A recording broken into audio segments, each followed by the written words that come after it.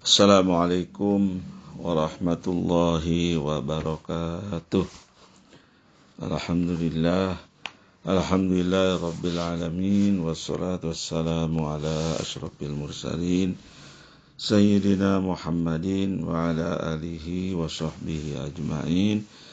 Amma ba'du, saudara-saudara sekalian, selamat berjumpa kembali dengan kajian Asrarus Shalah menurut Imam Ghazali dalam kitab Ihya Ulumuddin, yang dalam hal ini masih di dalam a'maludz zahirah, ya, pekerjaan lahir di dalam sholat. Kemarin kita telah selesai membicarakan ruku. Yang terakhir, kemarin dikatakan bahwa setelah ruku kita i'tidal. Itu kita lakukan sebentar saja, ya. Jangan lama-lama. Seukuran bacaan Rabbana lakal hamdu mil'us samawati wa mil'ul ardi wa mil'u ma syi'ta min syai'im ba'du. Kecuali i'tidal dalam sholat tasbih, karena di situ membaca tasbih 10 atau 15 kali. Atau sholat gerhana, atau di dalam sholat subuh, di dalam sholat subuh rakaat kedua. Karena menurut Imam Syafi'i bahwa di dalam rakaat setelah pada i'tidal rakaat kedua sholat subuh disunnatkan membaca doa kunut. Itu sudah selesai kita bicarakan kemarin. Sekarang kita akan membicarakan sujud. Sujud dalam KBBI, ya, dikatakan bahwa sujud itu ialah pertama artinya berlutut serta meletakkan dahi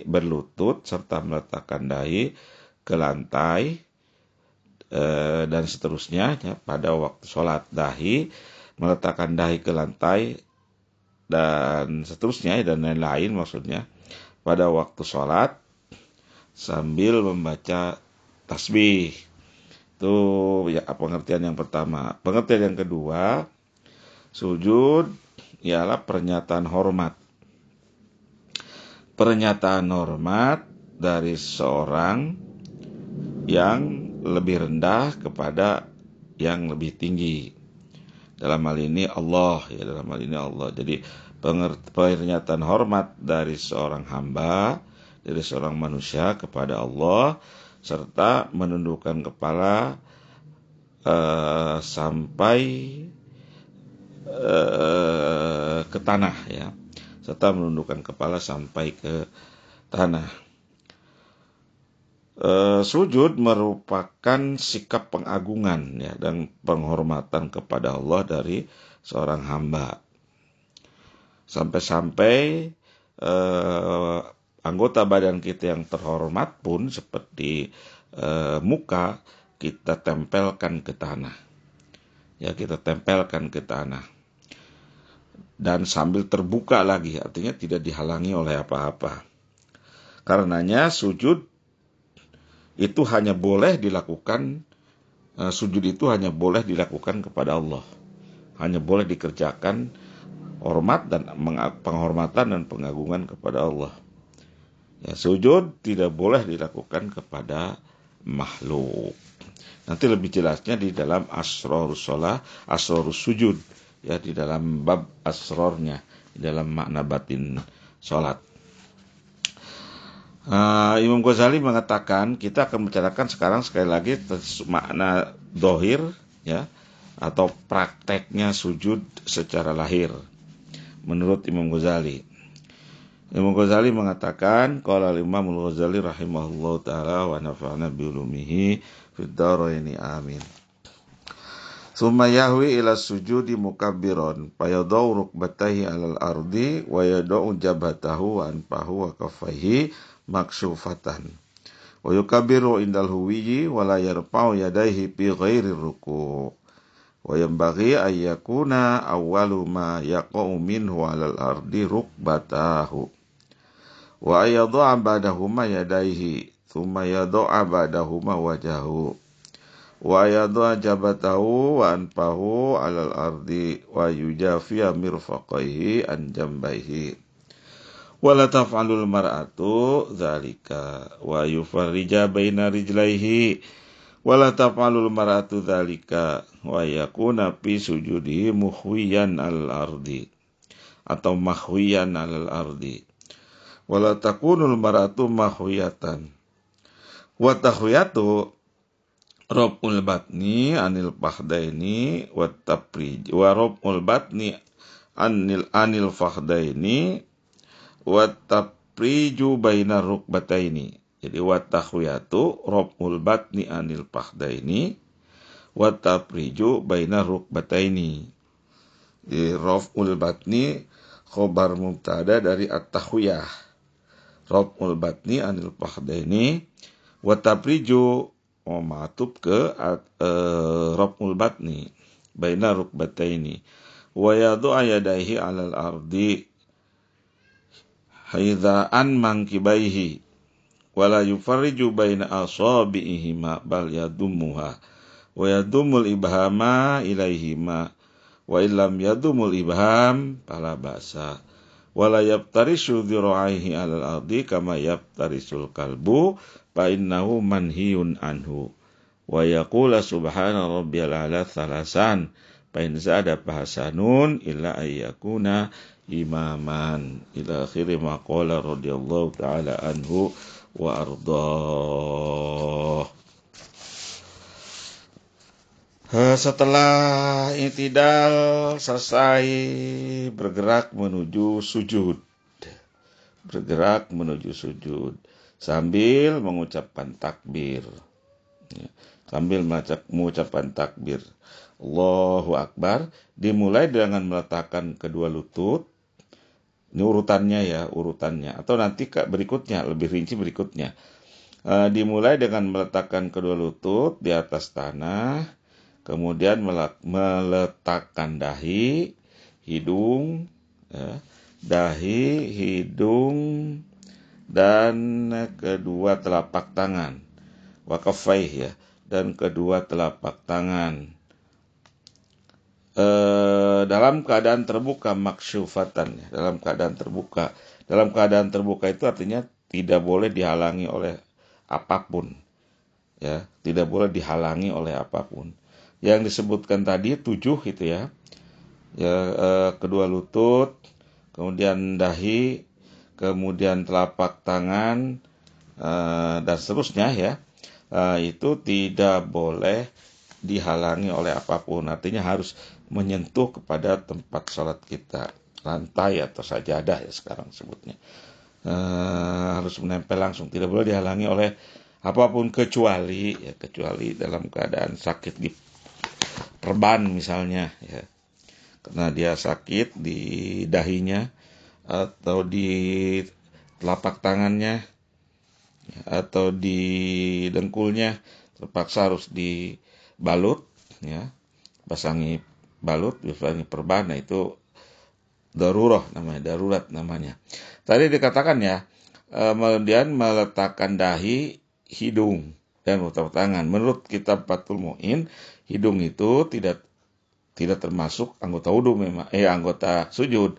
Dan meletakkan hidung ke tanah, menempelkan hidung ke tanah itu sunnah. Artinya sekalipun tidak meletakkan hidung atau sekalipun hidung dihalangi oleh benda, oleh yang lain gitu, nah, itu sah saja sujudnya dan sah sholatnya, karena menempelkan hidung ke tempat sholat itu sunnah dan hidung tidak termasuk dalam a'dha'us sujud. Itu ya, menurut Fathul Mu'in begitu. Ketika mengucapkan takbir menuju sujud tadi ya, tidak usah mengangkat kedua tangan seperti ketika hendak ruku. Jadi setelah i'tidal ya, samiallahu liman hamidah, rabbana lakal hamdu mil'us samawati dan seterusnya, Allahu Akbar, kita baca takbir, tetapi jangan mengangkat tangan, langsung saja. Kemudian dianjurkan agar yang pertama menyentuh tanah ketika sujud ya. Dianjurkan ketika menyentuh tangan, dianjurkan agar yang pertama menyentuh tanah ketika sujud ialah kedua lutut, ya, kedua lutut. Kemudian telapak tangan, ya, dua lutut dulu, kemudian telapak tangan, dan setelah itu wajah, yakni dahi, ya, dahi, sebagian wajah maksudnya, dahi dan hidung, ya, diletakkan di atas tanah, diletakkan di atas tanah secara mantap atau apa adanya, ya, diletakkan di atas tanah secara mantap.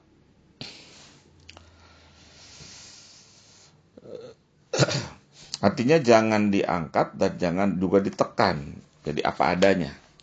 Jadi kita lakukan tadi kita lakukan letakkan kedua lutut, kemudian telapak tangan, kemudian wajah, letakkan, ciumkan ke tempat sholat, yaitu dahi maksudnya, hidung, lakukan secara mantap. Lakukan secara mantap. Artinya apa adanya, jangan ditekan juga jangan diangkat. Ketika sujud bagi laki-laki, kedua siku hendaknya agak direnggangkan dari pinggang atau dari rusuk, ya. Kedua sikunya hendaknya agak direnggangkan dari pinggang, dari rusuk. Demikian pula hendaknya direnggangkan antara kedua kakinya renggangkan. Sebaliknya itu bagi laki-laki, ya. Sebaliknya bagi perempuan hendaknya merapatkan kedua sikunya. Sebaliknya tadi, rapatkan kedua sikunya dengan pinggang, ya, dengan rusuk, dan juga merapatkan antara kedua kakinya. Laki-laki hendaknya bersujud dengan perutnya agak terangkat, ya, Laki-laki hendaknya bersujud dengan perutnya agak terangkat.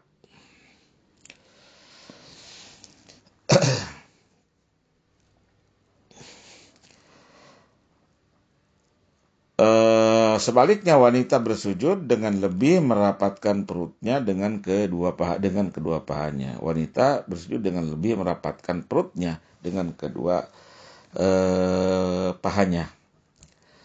Kemudian kedua telapak tangan hendaknya diletakkan di atas tanah sejajar dengan bahu.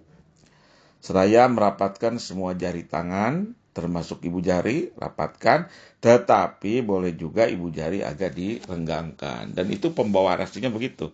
Jadi kalau kita menekan dalam sujud, meletakkan tangan dalam sujud, itu kalau dirapatkan tidak nyaman, gitu, ya. Kalau dirapatkan tidak nyaman. Kalau ibu jari maksudnya, kalau ibu jari dirapatkan itu kurang nyaman.